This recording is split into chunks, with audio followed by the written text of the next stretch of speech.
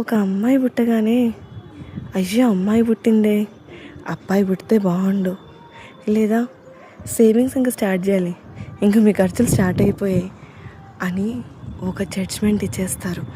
అమ్మాయి పెరుగుతూ ఉంటే నువ్వు అమ్మాయివి, నువ్వు ఇలా ఉండొద్దు, నువ్వు ఇలా గట్టిగా నవ్వొద్దు, నువ్వు ఇలా కాలు మీద కాలేసి కూర్చోవద్దు, నువ్వు ఇలా జుట్టు విరబోసుకోవద్దు, ఇలాంటి బట్టలు వేసుకోకూడదను అని జడ్జ్ చేస్తూనే ఉంటారు, చెప్తూనే ఉంటారు. తన స్కూల్ లైఫ్లో, తన కాలేజ్ లైఫ్లో తను ఎవరితో మాట్లాడినా ప్రాబ్లమే. జడ్జిమెంట్ స్టార్ట్ అయిపోతుంది. ఏంటమ్మా ఇలా ఉంది, అమ్మాయి లేట్ నైట్ స్టడీస్కి వెళ్ళకూడదు, ట్యూషన్స్కి వెళ్ళకూడదు, అమ్మాయి ఎడ్యుకేషన్ పైన పెట్టిన ఇన్వెస్ట్మెంట్ 0 రిటర్న్సే ఉంటుంది అని. ఇంకే అమ్మాయి చదువు ఆపించేసి పెళ్లి చేసేయాలి, చదివేందుకు ఇంకా అంటారు. పెళ్లి ప్రపోజల్ స్టార్ట్ అవ్వగానే అమ్మాయి ఇలా ఉంది, అమ్మాయి పొట్టిగా ఉంటుంది, అమ్మాయి చాలా పొడవు, అమ్మాయి సన్నగా ఉంటుంది, అమ్మాయి లావు ఎక్కువ. మళ్ళీ ఒక జడ్జిమెంట్ స్టార్ట్ అయిపోతుంది. తను పెళ్లి చేసుకొని వెళ్ళిన ఇంట్లో అది తన ఇల్లే అవుతుంది, కానీ తనకంటూ ఒక విలువ ఉండదు, తనకంటూ ఒక గుర్తింపు ఉండదు, తను కంపేర్ చేయబడుతుంది.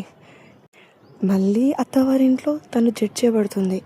పిల్లలు పుట్టాక పిల్లల కొరకు ఇంట్లో ఉంటే తను డిపెండెంట్, ప్రతిదానికి డిపెండెంట్. మళ్ళీ ఒక జడ్జిమెంట్ ఉంటుంది. లేదు, తను కెరీర్ స్టార్ట్ చేయాలనుకుంటుంది.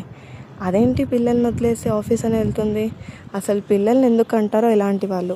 మళ్ళీ ఇంకో జడ్జిమెంట్ స్టార్ట్ అయిపోతుంది. ఒక అమ్మాయి కదా, తను ఈ పనులు చేయలేదు, తను ఫిజికల్లీ ఫిట్ అవ్వకపోవచ్చు, తనకి జాబ్ ఇవ్వద్దు, లేదా అమ్మాయిలు మెంటల్లీ వీక్ ఉంటారనో. ఎందుకు ప్రతిసారి అమ్మాయిలకి ఒక జడ్జిమెంట్ ఉంటుంది? మనం చుట్టూ చూసే మన సృష్టి అంతా ఒక శక్తి నిండి ఉంటుంది కదా. అమ్మాయి అంటేనే స్ట్రెంగ్త్. ఒక కాళీమాత అమ్మాయే, ఒక దుర్గామాత అమ్మాయే, చదువు తల్లి సరస్వతి అమ్మాయే, లక్ష్మీదేవి అమ్మాయే, ఎంతో ఓపికతో ఓర్పుతో ఉండే భూదేవి అమ్మాయే. అమ్మాయి పుట్టగానే కాంప్రమైజ్ అవ్వాలి, సాక్రిఫైస్ చేసుకోవాలి అని ఎందుకు నేర్పించడం? ఒక చేంజ్ మనం ఇప్పటి నుంచి తీసుకొద్దాము. మన పేరెంట్స్ జనరేషన్కి మన జనరేషన్కి చాలా వరకు చేంజెస్ చూసాము. అమ్మాయికి కొద్దిగైనా రెస్పెక్ట్ దొరుకుతుంది, బట్ 100% ఇంకా దొరకలేదు. ఆ చేంజ్ మన ఇంట్లో నుంచే స్టార్ట్ చేద్దాము. డెఫినెట్లీ నేను నా ఇంట్లో నుంచి స్టార్ట్ చేస్తాను. టీచ్ యువర్ సన్స్, అమ్మాయికి ఎలా రెస్పెక్ట్ ఇవ్వాలి, అమ్మాయి జడ్జ్ చేయకుండా ఎలా ఉండాలి.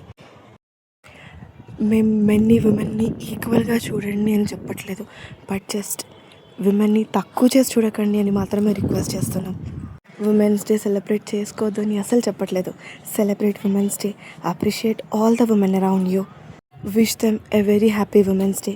మీరు తీసుకొచ్చే ఈ చిన్న చేంజ్ ఫ్యూచర్ జనరేషన్స్లో మీ పిల్లల లైఫ్ పైన చాలా ఇంపాక్ట్ చూపిస్తుంది. ఇది ఎవరిని ఉద్దేశించి కాదు, ఎవరిని రాంగ్ అని చెప్పడానికి కాదు. This is just my feeling. మీరు అగ్రీ చేస్తే ఒక లైక్ చేసి సపోర్ట్ చేయండి, మీ ఫ్రెండ్స్కి కూడా షేర్ చేయండి.